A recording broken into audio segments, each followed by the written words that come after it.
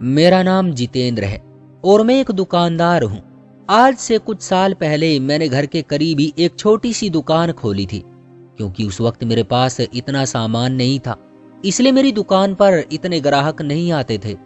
मगर आहिस्ता आहिस्ता मेरी दुकान चल निकली और ये मेरे मोहल्ले की सबसे बड़ी दुकान बन गई। अब यहाँ खाने पीने की हर चीज मौजूद थी, हरी सब्जियों से लेकर दूध दही पनीर तक। वक्त गुजरने के साथ साथ मेरा काम इतना ज्यादा हो गया कि मुझे अपने बेटे को भी दुकान पर रखना पड़ा। क्योंकि एक ही वक्त में इतने ग्राहक आ जाते थे कि मेरे लिए सबको सौदा देना और हिसाब किताब करना मुश्किल हो जाता था। इसलिए मैं अपने बेटे को भी अपने साथ ले आता था। क्योंकि मेरा बेटा मैट्रिक की परीक्षा के बाद कुछ महीनों के लिए फ्री था, इसलिए दुकान पर आकर मेरी मदद कर दिया करता था। बेटे के आने के बाद मेरा काम भी कम हो गया। ग्राहक को सौदा वही दे देता था, जबकि मैं हिसाब किताब कर लेता था। यूं हम दोनों बाप बेटा इसी दुकान में काम करते थे। क्योंकि दुकान बहुत चलने लगी थी और ग्राहक 1 मिनट के लिए फुर्सत नहीं लेने देते थे। ये मेरी मेहनत का नतीजा था कि दूसरों के मुकाबले में मेरी दुकान खूब चलती थी, जबकि मेरे आसपास के दुकानदार तो मक्खियां मार रहे थे। उनके मुकाबले में सारे ग्राहक मेरे पास आते थे। क्योंकि मेरी दुकान की चीजें महंगी जरूर थी, मगर क्वालिटी में A1 थी, तभी तो मेरी दुकान पर हर वक्त भीड़ रहती थी। एक दिन मैं अपनी दुकान में बैठा हिसाब किताब कर रहा था कि एक मोटी सी औरत अपने बच्चे के साथ दुकान में आई और मेरे बेटे से कहा, बेटा मुझे 1 किलो कटहल दे दो। ये सुनकर मेरे बेटे ने कटहल उठाया और उसके हिस्से बनाने लगा। ये करने के बाद उसने कटहल एक शॉपर में डाला और उस औरत को पकड़ाते हुए पैसे बताए। ज्यों ही मेरे बेटे ने उसे शॉपर देकर पैसे बताए, ये सुनकर उस औरत ने अपने हाथ में पकड़े पर्स में हाथ डाला और चंद नोट निकाल कर गिनने लगी। फिर मेरे बेटे की तरफ देख कर कहने लगी, बेटा मेरे पास तो 20 रुपए कम है।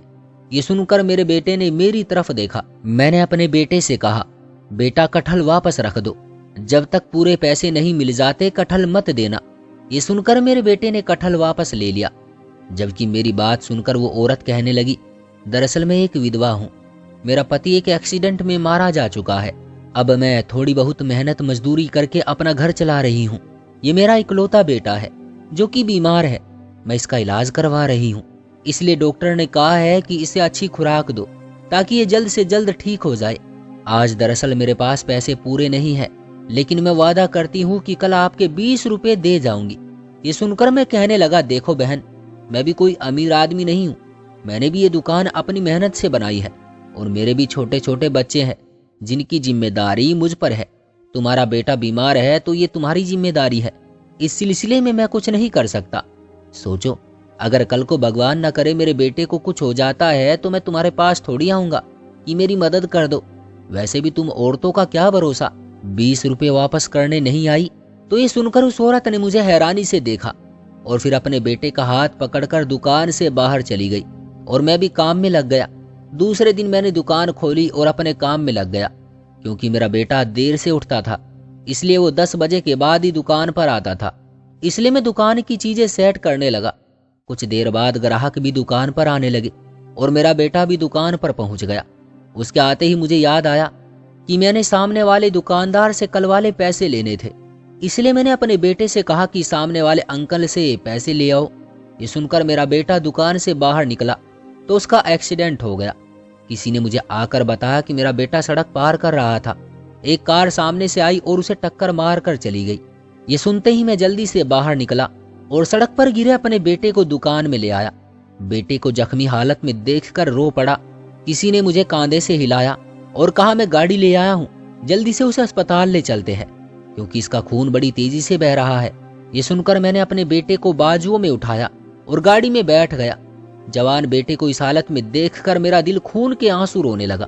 मैं बड़ी जल्दी से उसे अस्पताल ले गया। डॉक्टर ने उसकी हालत देखी तो उसे चेक करने लगा और उसे अंदर ऑपरेशन थिएटर में ले गए।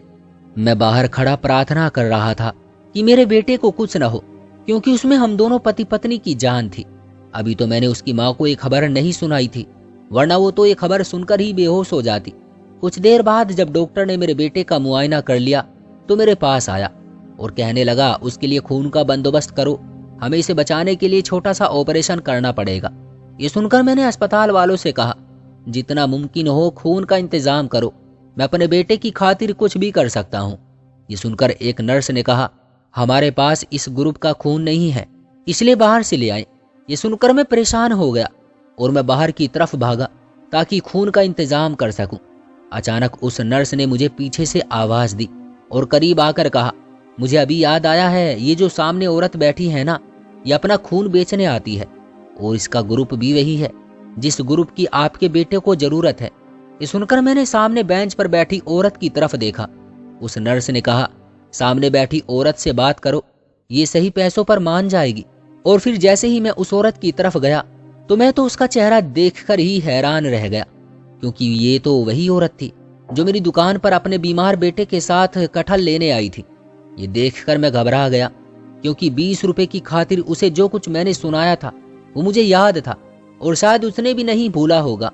एक लम्हे के लिए मेरा दिल किया कि इस औरत की मदद लेने की बजाय किसी और से बात कर लूं, मगर फिर मुझे याद आया कि डॉक्टर ने कहा था कि हमारे पास ज्यादा वक्त नहीं है, इसलिए मेरे पास उस औरत से बात करने के सिवा कोई चारा नहीं था। खैर, मैं उसके सामने जाकर खड़ा हो गया और उससे पूछा, अस्पताल की एक नर्स मुझे बता रही थी कि आप अपना खून बेचना चाह रही हैं। ये सुनकर उसने मेरे चेहरे की तरफ देखा, जैसे मुझे पहचानने की कोशिश कर रही हो। मैंने दिल में प्रार्थना की कि काश ये मुझे पहचान न सके, मगर इस बात को कुछ लंबा वक्त नहीं हुआ था, इसलिए उस औरत ने मुझे पहचान लिया और पूछा कि तुम वही दुकानदार हो ना जिसने 20 रुपए की खातिर कटहल वापस ले लिया था। उस औरत की नजरों में ऐसा कुछ था जिसने मुझे उससे नजरें चुराने पर मजबूर कर दिया। मैंने उससे कहा, हाँ मैं वही हूँ, मेरे बेटे का एक्सीडेंट हुआ है और मुझे उसके लिए खून चाहिए। ये सुनकर वो तंज भरे अंदाज में हंसने लगी और कहा, उस वक्त तो बड़े मगरूर अंदाज में कहा था कि अगर मेरे बेटे को कुछ हो जाता है तो मैं तुम्हारे पास नहीं आऊंगा, अब क्यों आए हो? ये सुनकर मेरा चेहरा फीका पड़ गया। मैंने उसे मिन्नत भरे अंदाज में कहा, प्लीज ये वक्त इन बातों का नहीं है, मेरा बेटा बहुत तकलीफ में है, मेरी मदद करो। मुझे इस वक्त अंदाजा भी नहीं था कि मुझे ये वक्त भी देखना पड़ेगा, और वो भी इतनी जल्दी। मुझे अपने बेटे की फिक्र थी, इसलिए मैं चाहता था कि ये औरत जल्दी से मान जाए और मेरा बेटा ठीक हो जाए, क्योंकि अगर ये बात इसकी माँ तक पहुंच गई तो वो रो रो कर मर जाएगी। मगर ये औरत तो जैसे मुझसे बदला लेना चाहती थी। तभी वो औरत कहने लगी, उस वक्त मेरा बेटा भी इतनी तकलीफ में था, बस 20 रुपए की तो बात थी, मैंने कहा था कि मैं आपके पैसे दे जाऊंगी। ये सुनकर मुझे अफसोस होने लगा। अगर मुझे पता होता कि मेरे साथ ये होने वाला था तो मैं इसे कटहल मुफ्त में पकड़ा देता, मगर अब क्या हो सकता था। वक्त गुजर चुका था और बात मेरे हाथों से निकल चुकी थी। देखो, मैं इस बात के लिए तुमसे माफी मांगता हूँ और ये बताना चाहता हूँ कि मैं ये काम मुफ्त में नहीं करा रहा हूँ, बल्कि मैं तुम्हें इसके बदले पैसे दूंगा। ये सुनकर वो हंसने लगी और मुझसे पूछा, कितने पैसे दोगे? मैंने उसे बताया, मैं तुमको इसका 1 लाख रुपया दूंगा, बोलो मंजूर है?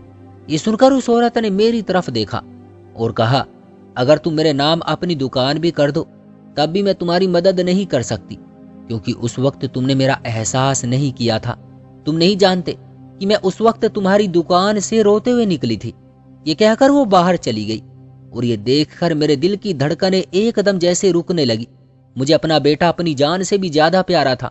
मैं उसकी खातिर अपनी दुकान भी देने को तैयार था, इसलिए मैं जल्दी से बाहर की तरफ गया और सबसे कहा कि मुझे अपने बेटे के लिए खून की जरूरत है और इसके लिए मैं कोई भी कीमत देने के लिए तैयार हूँ।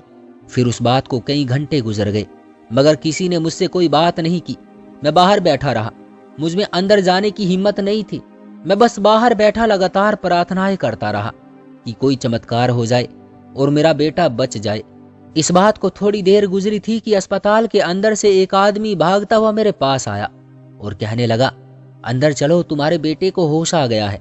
ये सुनकर मैं अंदर की तरफ पागलों की तरह भागा और कमरे में जाकर मैंने देखा कि मेरे बेटे का ऑपरेशन हो चुका था और उसे होश भी आ चुका था। अपने बेटे को इस हालत में यूं देखकर मेरी आंखों से खुशी के आंसू निकल पड़े और मैंने आगे बढ़कर उसका माथा चूम लिया। फिर अचानक मुझे याद आया और मैंने उस आदमी से पूछा, ये सब कैसे हुआ? मेरे बेटे को खून किसने दिया था? ये सुनकर वो कहने लगा, इस औरत ने, जिसके बारे में हमारी नर्स ने तुम्हें बताया था। ये सुनकर मैं हक्का बक्का रह गया, मगर उसने तो मेरे सामने खून देने से इनकार कर दिया था। मैं अपने दिल में सोचने लगा। बेटे को यूं अच्छी हालत में देखकर मैंने ईश्वर का धन्यवाद किया और फिर कॉल करके अपनी पत्नी को खबर दी। पहले तो वो बेटे के एक्सीडेंट का सुनकर रोने लगी, लेकिन जब मैंने उससे कहा कि हमारा बेटा बिल्कुल ठीक है तो वो कुछ देर बाद ही अस्पताल पहुंच गई। पत्नी के आने के बाद मैंने उसे सारी बात बता दी और उसने कहा कि हम धन्यवाद करने के लिए उस औरत के घर जरूर जाएंगे। ये सुनकर मैंने अस्पताल से उस औरत के घर का एड्रेस लिया और हम दोनों पति पत्नी उसके घर पहुंच गए। वहां जाकर मैंने जैसे ही उसके हालात देखे, मेरी आंखें फटी की फटी रह गई, क्योंकि वाकई उस औरत के घर के हालात बहुत खराब थे और उसका बेटा भी बहुत बीमार था। हमें अपने घर देखकर वो औरत बहुत हैरान हुई। मेरी पत्नी ने उसका शुक्रिया किया तो वो कहने लगी, शुक्रिया करने की जरूरत नहीं है, बस आप लोग मेरे बेटे के लिए प्रार्थना कर देना कि ये जल्दी से ठीक हो जाए। ये सुनकर मेरी पत्नी ने उससे पूछा कि तुम्हारे बेटे को इलाज के लिए कितने पैसे चाहिए। जब उस औरत ने इलाज के लिए रकम बताई तो मैं परेशान हो गया, क्योंकि ये बहुत बड़ी रकम थी, मगर उस औरत ने मेरे बेटे की जान बचाई थी। अब मेरा फर्ज था कि मैं उसकी मदद करता, इसलिए अगले दिन ही मैंने उसे वो सारी रकम दे दी ताकि वो अपने बेटे का इलाज करा सके। मैं उस औरत के नेक काम का बदला था, क्योंकि उसने मेरे बेटे की जान बचाई थी। दोस्तों, आने वाले वक्त के बारे में कोई नहीं जान सकता कि कौन किसका मोहताज हो जाए। ईश्वर को दूसरों की मदद करने वाले लोग पसंद है, इसलिए कोशिश करें कि दूसरों की मदद करें और ईश्वर आपकी मदद करे। तो दोस्तों, ये थी हमारी आज की कहानी। उम्मीद करते हैं आपको पसंद आई होगी। आपका क्या कहना है इस कहानी के बारे में? कमेंट करके हमें जरूर बताएं। वीडियो को लाइक कर दीजिए और चैनल को सब्सक्राइब कर लीजिए। मिलते हैं अगली वीडियो में, तब तक के लिए धन्यवाद।